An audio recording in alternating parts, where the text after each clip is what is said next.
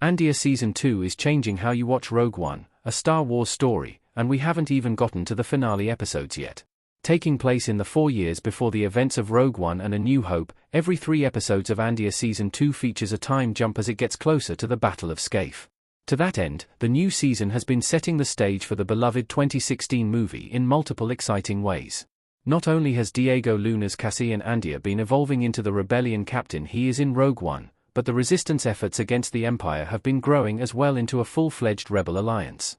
Likewise, Imperial efforts to gain even more control over the galaxy have been fleshed out as well.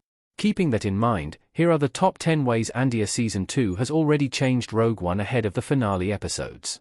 10. Expanding Director Krennic's Imperial history. The struggles of Project Stardust. While he wasn't in Andor Season 1, Ben Mendelsohn's Director Krennic makes appearances in multiple episodes of Andor Season 2. Revealing his efforts to find the right power sources for Project Stardust aka the Death Star, Andor Season 2 confirms Krennic's behind-the-scenes involvement with the tragic Gorman massacre. After all, the entire Imperial slaughter of the Gorman people was secretly about the Empire's need to mine the planet's rare calcite deposits for the battle station's reactor lenses. Andor Season 2 also reveals that Director Krennic was over a year behind schedule on the Death Star's construction, putting his project and known tensions with Grand Moff Tarkin in a whole new light. Gorman was part of Tarkin's sector, and the Grand Moff had already had a hand in the loss of several Gorman lives long before Krennic made plans to mine the planet.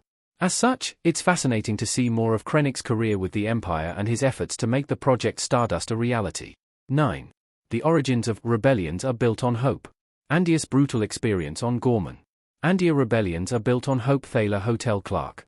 The brutal Gorman massacre began when Imperial forces were given secret orders to instigate violence, giving them cause to wipe out the hundreds of protesters who'd initially been peaceful. Cassian Andor himself was present during the fighting, and it was here where he first heard the lines "Rebellions are built on hope" from the Gorman Hotel Clark, who was determined to fight the Empire despite the overwhelming odds. This is the same line Cassian tells Jyn Erso in Rogue One, which she then uses to convince the Rebel Alliance to help her launch an assault on Scarif. 8. How K2SO really joined the rebellion. Rewriting Star Wars canon. A KX series droid deployed during the Gorman massacre, K2SO nearly killed Cassian during the chaos of the Imperial slaughter. However, the droid that would become Andor's partner and a key asset to the rebellion was instead hit by an incoming speeder. K2's remains were then taken by Cassian back to Yavin to be rebuilt and given a new cortex, suppressing his Imperial programming. This new origin offers a more in-depth explanation beyond simple reprogramming, as referenced in Rogue One.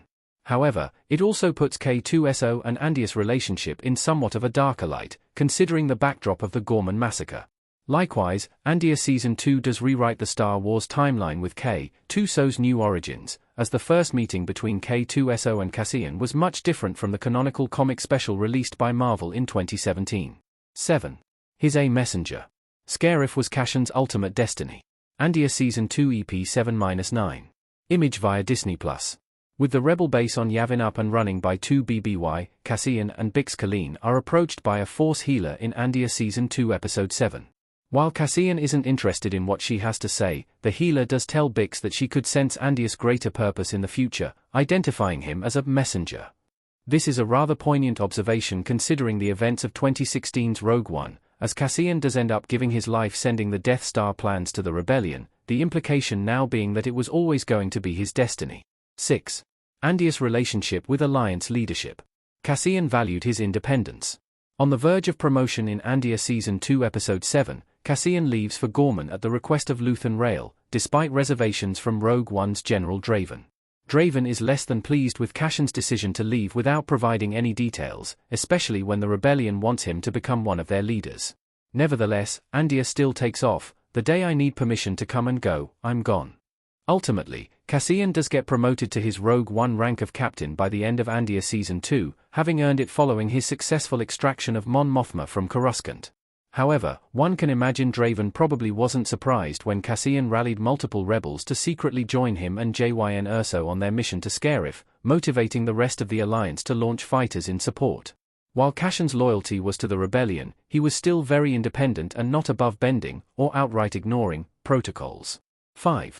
Revealing Saw Gerrera's full paranoia. The true depths of his instability. Andor Season 2 has also expanded upon the full extent of Saw Gerrera's paranoia, and where it likely came from. Unwilling to trust his own men, there's a moment in Andor Season 2 Episode 5 where it's very hard to confirm if Saw actually uncovered an Imperial spy within his own ranks. It's just as possible that he only had a feeling one of his men was a traitor before shooting him in the head, as the soldier had been pushing Saw for information about their next targets. It's easy to see how Saw's distrust and paranoia would only continue to evolve by the time of Rogue One. After all, Rogue One sees Saw driven to the point where he's using a mind flayer named Borgullet to torturously probe the minds of others around him. While Saw would gain the unfiltered truth, the cost was often his victim's sanity. 4. We now know why Saw Gerrera has a respirator. Too much Rido? Wilmon and Saw Gerrera Ridonium Custom Andor Season 2 Image Custom Image by Kevin Erdman. It's quite likely that the origins of Saw's intense paranoia came from Andor Season 2's reveal that Saw Gerrera is addicted to breathing in Ridonium. An unstable source of starfighter fuel, the toxic fumes of Ridonium can be breathed in, granting a form of intense clarity according to Saw while also risking intense physical damage to the body and mind. This more than likely explains not only why Saw is so unhinged in Rogue One, but also why he has to breathe from an oxygen tank in the 2016 Star Wars movie. 3. We're seeing how Cassian learned to trust, believing in something bigger than himself. Andor takes aim in Andor Season 2. Cassian Andor has been shown to value his independence, while also having a clear focus on survival to keep those he cares about safe. However, Andor Season 2 has been showing Cassian's gradual evolution into someone who is a true believer in the cause with each new episode. Over time, across both seasons, Cassian Andor has turned into a genuine hero of the rebellion, something that will more than likely come to full fruition by the end of the show's finale episodes.